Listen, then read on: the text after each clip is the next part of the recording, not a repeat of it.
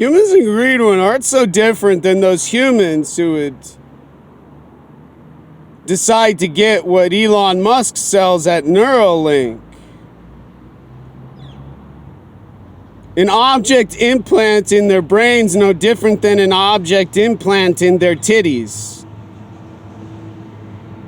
They buy their wives described as breast implants. Their sex robots also have charging in their garages alongside their Tesla and their other robots for the cleaning their houses need,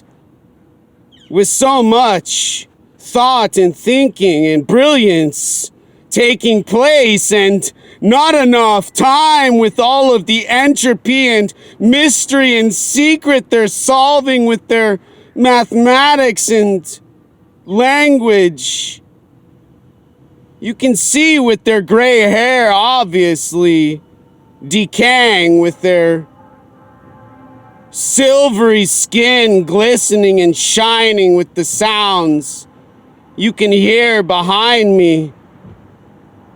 in this war zone that they have for anyone who doesn't have this gloriousness I talk about, obvious to anybody who opens their eyes and begins to listen to the paranoia of